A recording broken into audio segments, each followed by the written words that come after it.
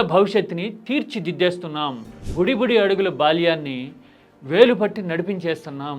పిల్లల్ని ప్రేమిస్తాం, పిల్లల భవిష్యత్తుని తీర్చిదిద్దుతాం అని నాయకులు చెప్పడం సాధారణమే, అర్థం చేసుకోవచ్చు పొలిటికల్ అడ్వాంటేజ్ కోసమని. కానీ పిల్లలు ఎవరిని ప్రేమిస్తారు? పిల్లలు ఎవరితో ఉండడాన్ని సేఫ్ అని భావిస్తారు?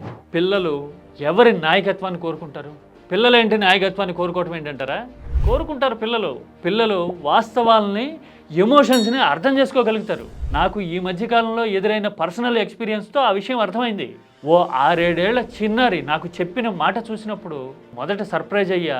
ఆ ఆశ్చర్యం నుంచి తేరుకుని ఆలోచిస్తే నాకు చాలా విషయాలు అర్థమైనాయి. ఆ పాప ఎవరో, ఆ చిన్నారి నాకు ఏం చెప్పిందో నేను మీతో షేర్ చేసుకున్నాక ఇలాంటి అభిప్రాయాలు, ఆలోచనలు ఏపీ భవిష్యత్తుకి ఎంత కీలకమో, అవసరమో మీరు నాకు చెప్పండి, డిస్కస్ చేద్దాం. ఇది కేవలం ఎమోషనల్ కాదు, పాలిటిక్స్ కాదు. పసి హృదయం, పిల్లలు దేవుళ్ళు చల్లని వారే అంటారు కదా, అలాంటి దైవత్వం ఉన్న ఒక చిన్నారి చెప్పిన మాటని నేను ఇక్కడ ప్రత్యేకంగా కోట్ చేయబోతున్నా. ఇది నా very recent personal experience. This is key talks special.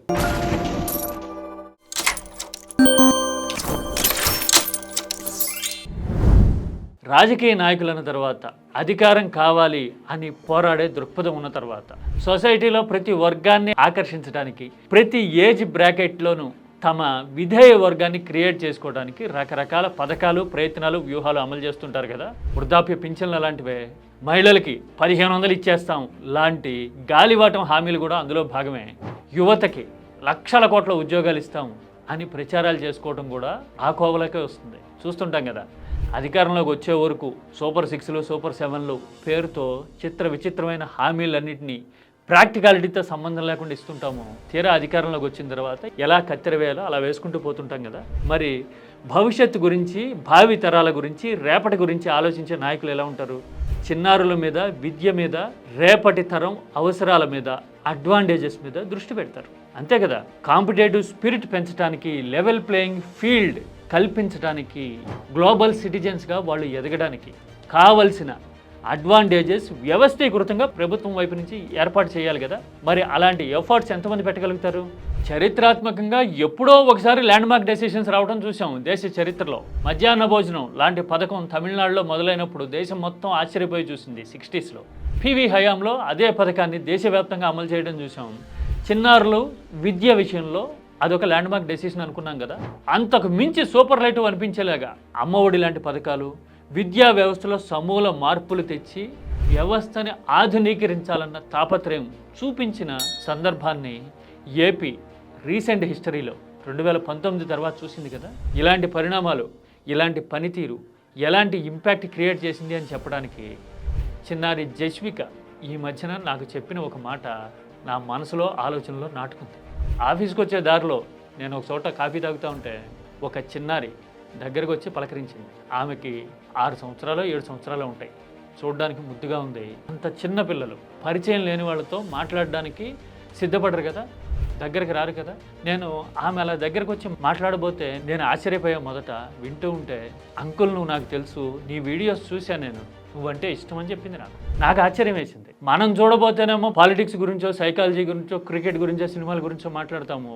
జనరల్గా కార్టూన్స్ చూసే వయసులో ఉన్న ఆ చిన్నారి ఈ వీడియోస్ని ఫాలో అవుతుందా అనేది నా క్వశ్చన్. ఎవరికైనా అదే అనిపిస్తుంది కదా.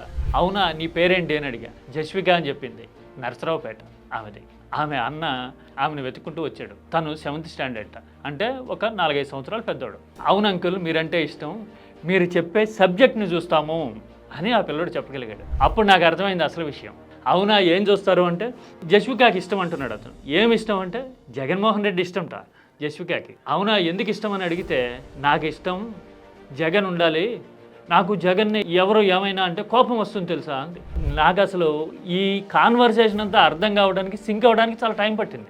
ఫ్రమ్ నోవేర్ ఒక ర్యాండమ్ కిడ్ చిన్నారి వచ్చి నువ్వు తెలుసు అని చెప్పడమే పెద్ద సర్ప్రైజు. ఇష్టం అనడం ఇంకా అంతకంటే హ్యాపీ. అన్నిటికీ మించి ఫలానా లీడర్ అంటూ జగన్ పేరు చెప్పి మాట్లాడిన తీరు చూసిన తర్వాత నేను స్పెల్ బౌండ్ అయిపోవటం అంటారే, అట్లా అనిపించింది.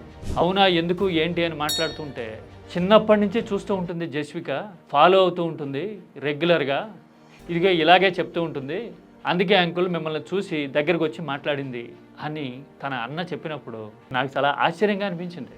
బహుశా నా పక్కన 2-3 ఫ్రెండ్స్ ఉన్నారు కాబట్టి ఈ మాట వాళ్ళు కూడా చూశారు కాబట్టి నేను ధైర్యంగా ఇప్పుడు షేర్ చేయగలుగుతున్నా. బహుశా నేను ఒక్కడనే ఉంటే కనుక నేను అసలు నమ్ముతారా అని ఒక సంకోచం వచ్చి ఉండేది, నేను షేర్ చేసి ఉండేవాడిని కదా ఈ ఎక్స్పీరియన్స్. జస్విక ఒకవేళ ఈ వీడియో చూస్తూ ఉంటే కనుక హ్యాట్స్ ఆఫ్ టు యూ.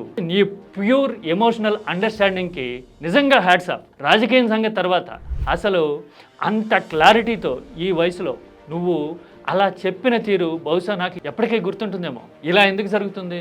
సరిగ్గా ప్రపంచం తెలియని, ఊహ కూడా తెలియని చిన్నారులకి, లేదంటే ఒక లీడర్ మీద ఇలాంటి ఒపీనియన్ ఎందుకు ఫామ్ అవుతుంది?